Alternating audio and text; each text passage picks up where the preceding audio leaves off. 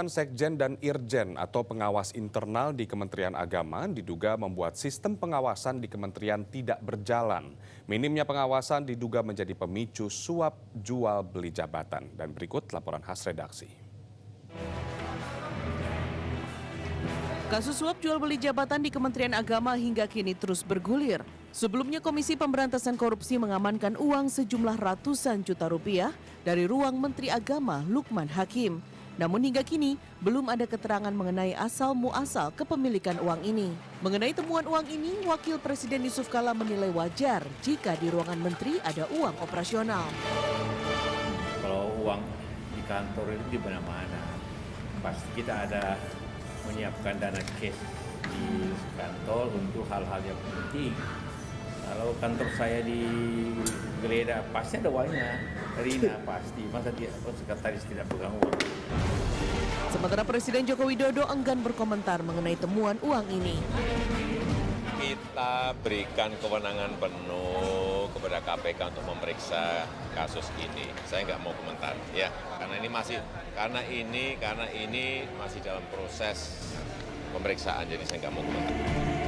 Selain uang, KPK juga mengamankan dokumen proses seleksi pegawai dan dokumen posisi Romahur Muzi sebagai Ketua Umum P3. Ya, itu yang sedang didalami oleh KPK. Dan laporannya sebenarnya banyak. Ya, ada beberapa pelaporan. Jadi laporan yang kami terima bukannya satu, banyak. Bukan cuma yang di Jawa Timur, tapi di tempat lain juga. Terkait mantan ketua umumnya yang menjadi tersangka, DPP P3 menegaskan partainya tidak berurusan dengan kasus jual beli jabatan. Ini musibah, tetapi kita tidak ingin larut dalam musibah ini terlalu lama karena luar biasa teman-teman di bawah justru menyikapi musibah ini dengan mengambil hikmah, ya. Teman-teman justru semangat, ya, menyelamatkan perahu P3 ini.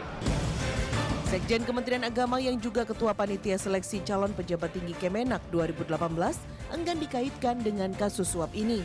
Proses lelang diakuinya berlangsung secara transparan. Ya itu biar nantilah karena kan bukti-bukti sudah dikumpulkan sama KPK, nanti biar kemudian menjadi ranah KPK.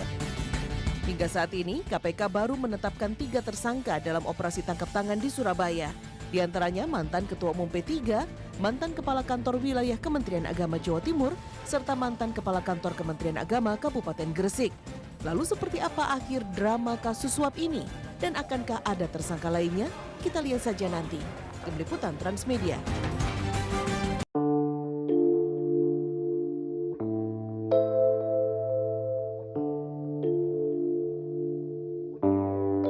Lelang jabatan pimpinan tinggi secara terbuka pada Kementerian Agama sebenarnya merupakan salah satu upaya pemerintah untuk memperkecil potensi terjadinya korupsi, kolusi, dan nepotisme.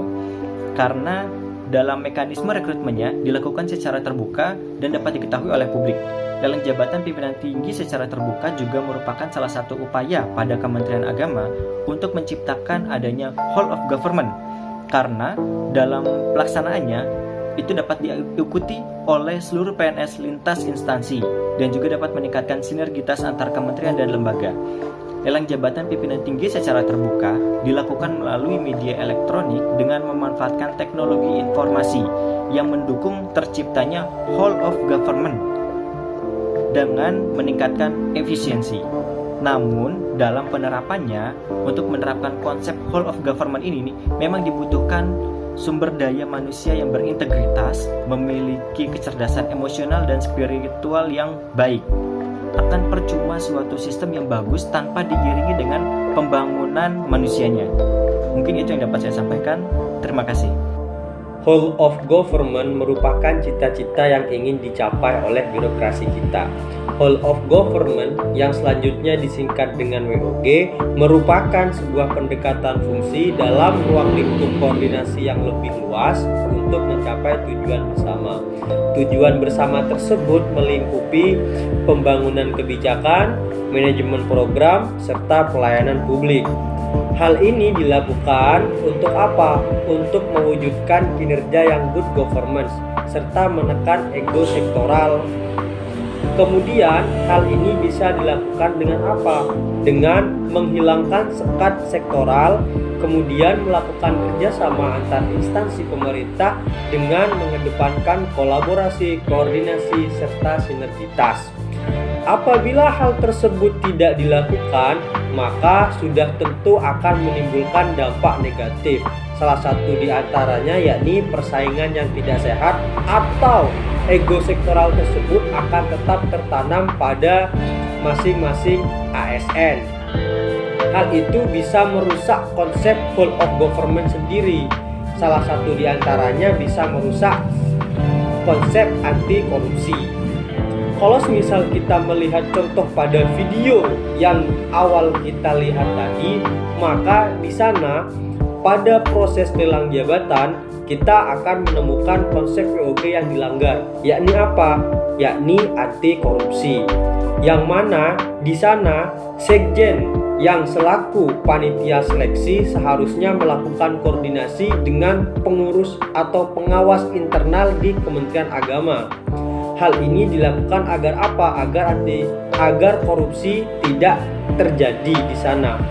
Mungkin karena manajemen yang masih kurang matang serta masih adanya oknum-oknum yang tidak berintegritas, maka korupsi dalam lelang jabatan tersebut terjadi. Seperti itu. Kisruh jual beli jabatan di lingkungan Kementerian Agama merupakan bentuk ketidakpatuhan ASN terhadap Undang-Undang ASN. Secara umum, pengisian jabatan sebenarnya sudah diatur dalam Undang-Undang ASN, sehingga praktik jual beli jabatan akan sulit dilakukan. Pengisian jabatan pun juga dilakukan dengan sistem merit, yaitu kebijakan dan manajemen ASN berdasarkan pada kualifikasi, kompetensi, dan integritas.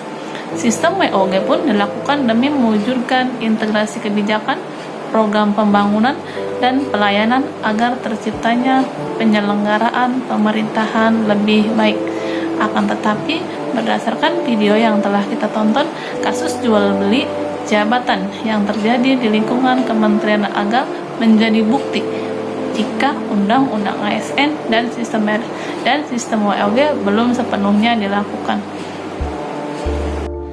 Selanjutnya, implementasi whole of government di Kementerian Agama selain dalam perekrutan CASN yang merupakan kolaborasi antara Kementerian Agama, Kemenpan RB, serta BKN, ada juga PTSP, yaitu Pelayanan Terpadu Satu Pintu.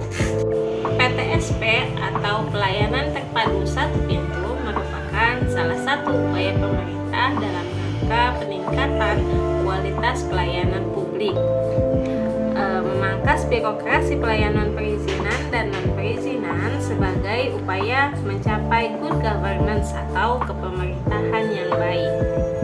Pola pelayanan jenis ini merupakan salah satu bentuk kelembagaan whole of government yang lebih utuh, di mana pelayanan publik disatukan dalam satu unit pelayanan saja dan rantai izin sudah dipangkas menjadi satu saja. Tujuannya adalah untuk meningkatkan pelayanan kepada masyarakat serta untuk memperpendek proses pelayanan guna mewujudkan pelayanan yang cepat, mudah, murah, transparan, pasti, dan terjangkau dalam suatu pelayanan terpadu satu pintu. Dengan konsep ini, pengguna layanan cukup datang ke PTSP dan bertemu dengan petugas front office, kemudian menunggu proses selanjutnya. Hal ini dimaksudkan untuk meminimalisir interaksi antara petugas layanan dengan penerima layanan agar terciptanya tata kelola pemerintahan yang baik dan bersih. Demikian pemaparan dari kelompok kami mengenai